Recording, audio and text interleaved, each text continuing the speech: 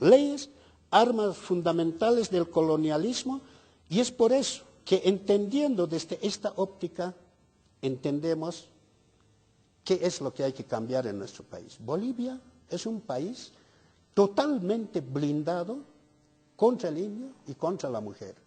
Los fundamentos del país, por lo tanto, son racismo y patriarcado. Y cuando hablamos de descolonización, lo que tenemos que hacer es desestructurar todo esto que ha sido estructurado en 500 años de colonialismo. Entonces, descolonización es el ajallo de este proceso. El artículo 9 de la Constitución nos dice que no se puede construir un Estado plurinacional sin un previo y profundo proceso de descolonización. Esta es la tarea mayor. Luego de esto vendrán las otras tareas.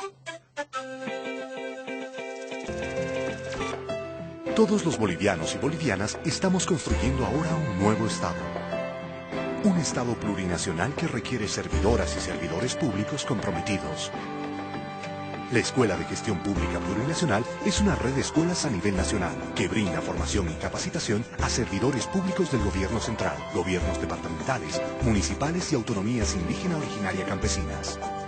Formamos servidores públicos comprometidos con el pueblo. En el camino de la descolonización, también es importante, si queremos construir un Estado plurinacional, ¿a dónde va dirigido ese Estado plurinacional? ¿Cuáles son los objetivos finales? Y acá hay que detenerse también en los paradigmas de los años 70, 80, del movimiento popular, de los partidos de izquierda. El paradigma de los años 70, 80 era lucha de clases, donde nos decían el capital, el trabajo, y hoy ese paradigma ha quedado muy reducido para el tamaño de la empresa que está haciendo el Estado plurinacional. Y entonces entendemos, desde los viejos indianistas hasta ahora, por qué se clasificaba que tanto izquierda como derecha para el pueblo indio es lo mismo. Porque tanto socialismo o capitalismo, su problema es el manejo económico. Para el socialismo lo maneja el Estado, para el capitalismo lo maneja el mercado. Pero ambos, los dos, lo que tienen en común es que son industrializantes. Y cuando son industrializantes son depredadores. Y cuando son depredadores están yendo a la destrucción del mundo. Por eso ese paradigma de la lucha de clases hoy es superada desde el presidente Evo Morales como una propuesta al mundo con un paradigma planetario. La madre tierra. Ningún proyecto personal, ningún proyecto de sociedad puede funcionar si no tenemos en cuenta el tema de la madre tierra.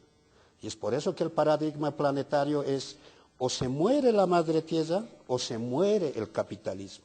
Sale desde Bolivia, desde Cochabamba, en la cumbre de los movimientos sociales y recorre para todo el mundo. De enseñar al mundo de que hay otra forma de vivir, que la forma de vivir que tienen ellos, los países desarrollados, sobredesarrollados, ya no puede continuar.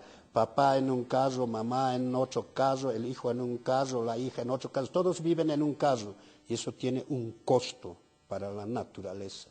Entonces, este es el paradigma, sustento de la construcción del Estado plurinacional.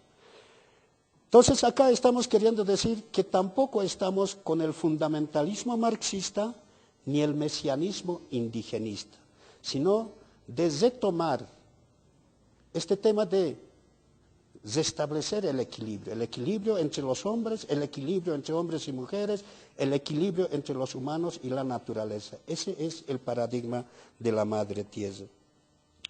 Mucha gente puede decir que se está planteando retornar al pasado. No es un retorno romántico al pasado, es una recuperación científica de ese pasado para combinarlo con lo más sano de la modernidad, no con cualquier modernidad. Entonces, dentro de este paradigma también hay que tener en claro, pero si en alguna etapa de nuestra historia el sujeto histórico del proceso de cambio en algunos casos era el obrero, en otros casos los partidos de izquierda, hoy el sujeto histórico es el indio. Si eso no queda claro, no estamos entendiendo el proceso de la construcción del Estado plurinacional. Sujeto histórico, el indio en tanto presidente, el indio en tanto masas, el indio en tanto proyecto político, el indio en tanto paradigma planetario. Desde esta comprensión es que ese Viceministerio de Descolonización desarrolla sus tareas. Lucha contra el racismo, lucha contra el patriarcado. En el Viceministerio de Descolonización hace 3 meses hemos creado una unidad de despatriarcalización, que no es lo mismo que la equidad de género. La equidad de género más es una cuestión ONG que parte de los conceptos de la competencia de la mujer al hombre, mientras la despatriarcalización quiebra el poder, pone en cuestión el poder histórico patriarcal y va más allá de los horizontes de la equidad de género. Bueno, esto es un tema muy aparte, pero es en esa unidad donde se está desarrollando, por ejemplo, la recuperación de saberes, la recuperación de conocimientos, de espiritualidades. En ese diseño nosotros entendemos que el 20 de diciembre vamos a lograr el matrimonio de 500 parejas aymaras quechuas de los departamentos de Oruro, Potosí y La Paz para empezar este año, que se van a casar en la religión propia, con sacerdotes aymaras, frente a sacerdotes quechuas, con autoridades originarias aymaras y quechuas en Tiahuanaco, como parte de la recuperación de nuestra identidad, de nuestra religiosidad. Pero estos matrimonios no van solos, el presidente ha dicho casado, casa quiere. Entonces, en esos acuerdos interministeriales se está haciendo que los jóvenes de una determinada edad a establecerse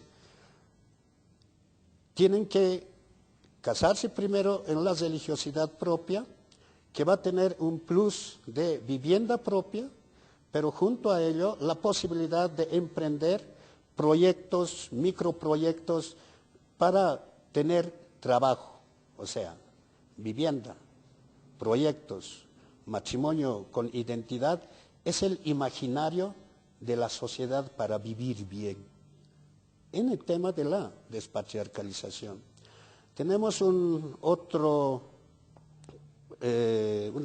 estrategia que se llama juicio al Estado colonial desde el Estado plurinacional, y en uno de sus puntos estamos hablando del Museo de la Memoria.